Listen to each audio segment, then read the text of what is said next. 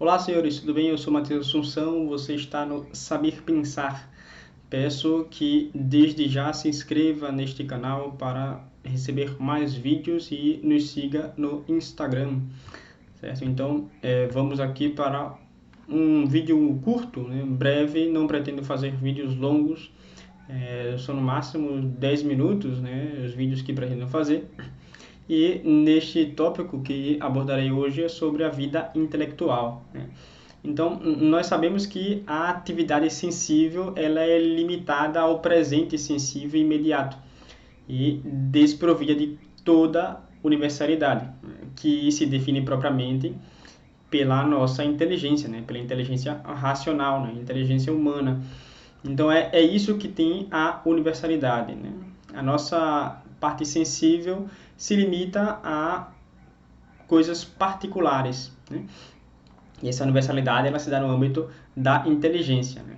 Então, o homem ele faz com que as atividades sensíveis elas se completem no âmbito racional, à medida que ele eleva essas coisas que ele abstrai do mundo concreto para outra ordem, né? Por meio do intelecto agente, né? Muitos já devem estar familiarizados com esses termos. Aqui não pretendo abordar eles, nem nada disso. Dou para o pressuposto que alguns já saibam, aqueles que não sabem, por hora não vai implicar falta de aprendizado a respeito desse tópico. Então, isso porque é próprio do homem justamente essa vida intelectual, por isso que acontece esse processo, né? O homem consegue sair da ordem sensível, né, e levar as coisas para a ordem inteligível.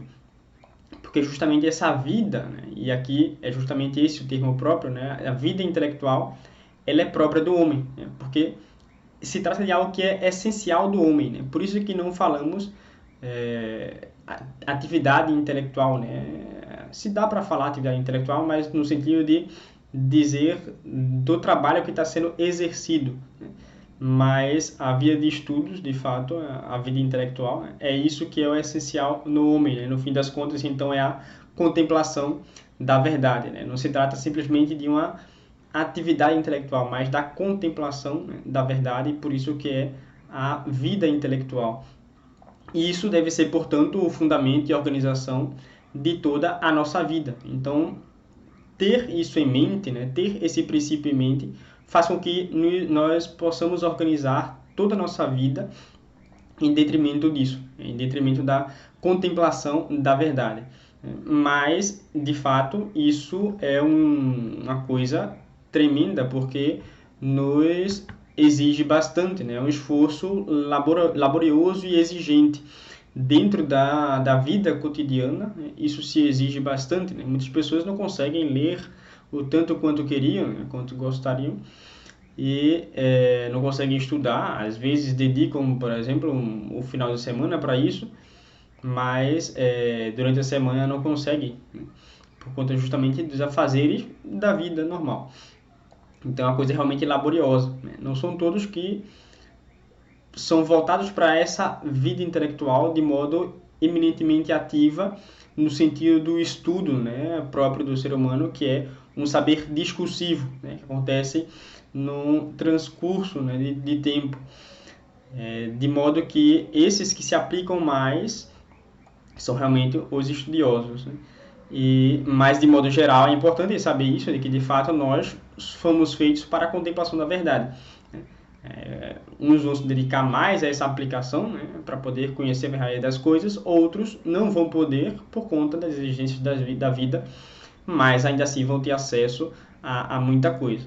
Então, a se ter em mente aqui uma coisa muito importante, que é justamente o que é a virtude da estudiosidade, né? Então, a virtude da estudiosidade ela é uma virtude que tem por objeto moderar o apetite e o desejo de saber, mas isso segundo as regras da reta razão, né? Aristóteles já nos ensinava, né, que o homem naturalmente ele deseja conhecer. Como prova disso, ele dava o exemplo, né, das sensações, né, que nós, por exemplo, a visão, né, nós quando ouvimos um barulho, né, nós queremos saber o que é. A criança, quando vê algo ali quente, né, ela quer botar a mão, né? Então, esse desejo de saber o que são as coisas é natural nosso, né? Esse saber é sempre muito bem-vindo, né? Mas a constituição da nossa vida pede justamente para termos temperança, né? A temperança no sentido de, justamente, né, adaptar às circunstâncias e da nossa vida e às obrigações que nos são requisitada a nossa atenção, né? Então é necessário ter uma moderação, né? Que o apetite, né, esse desejo de conhecer de fato ele é natural, mas ele facilmente cai nos excessos, né? Especialmente por conta do pecado original, né? Evidentemente. Então, aqui vou linkar dois vícios, né, que se opõem a essa virtude que São Tomás comenta sobre isso, né, de modo muito bem, né? O primeiro é um por excesso, né, e o segundo vai ser por defeito. Por excesso é a curiosidade. A curiosidade, ela é o apetite desordenado pelo saber, né? É a partir do momento em que nós temos uma desordem naquilo que nós buscamos estudar, buscamos conhecer, né? E pode se referir ao conhecimento intelectivo ou sensitivo, tá? Então, esses, né, que tem as pessoas que têm esses vícios, frequentemente, elas almejam coisas que vão além das suas forças, né? Além da que permite as forças dele, que essas forças possam alcançar, né? Justamente a curiosidade, né? É uma coisa desordenada, mas que se caracteriza pelo fato de nós almejarmos aquilo que está além da nossa capacidade.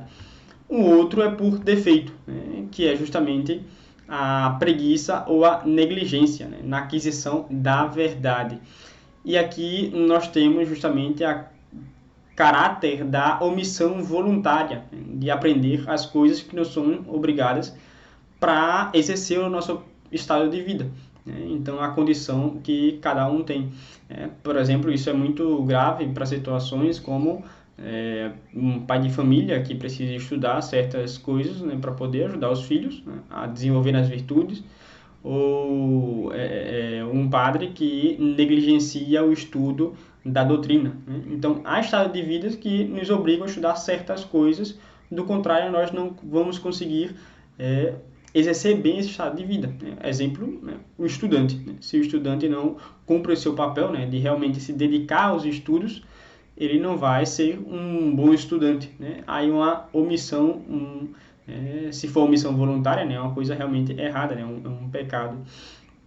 Então, esse é o vício por defeito, né? Então, o importante aqui é saber justamente renunciar, né? Para poder fugir dessas coisas, é necessário saber renunciar. Então, a renúncia vai fazer com que nós possamos justamente nos deter, né? Deter a nossa atenção naquilo que é importante ao nosso estado de vida e que nós não almejemos alcançar coisas que estão além da nossa força, da nossa capacidade, por vã curiosidade. Então, essas considerações elas devem ser objetos de constante meditação, né, para nós. Então, isso constitui justamente um resumo dos deveres e obrigações que nós devemos ter em ordem aos estudos. Então, nós devemos ter sempre em mente esses princípios, né, porque vão nos ajudar justamente a melhor exercer, né, o nosso estado de vida na busca justamente aqui, colocando isso dentro do nosso próprio estado de vida, a vida intelectual, né? Temos que conciliar de algum modo, né, esse desejo natural que nós temos de conhecer a verdade, especialmente ao que se refere a Deus Nosso Senhor. Então, bom, este é um vídeo, né, um vídeo breve, como havia dito. Espero que tenham gostado, né? Comentem aí o que acharam, sugestões, fico muito agradecido. Confira o nosso Instagram e deixe o seu gostei, né? E confira o curso também, o curso que temos, o curso Modo de Conhecer e Estudar, né? Um curso que mostra como dar os passos para ter resultados na vida de estudos, né? Como que nós devemos aplicar, né, o nosso tempo, né, e de modo frutuoso, né, sem que o percamos de maneira desordenada, né, de maneira que não dê resultado.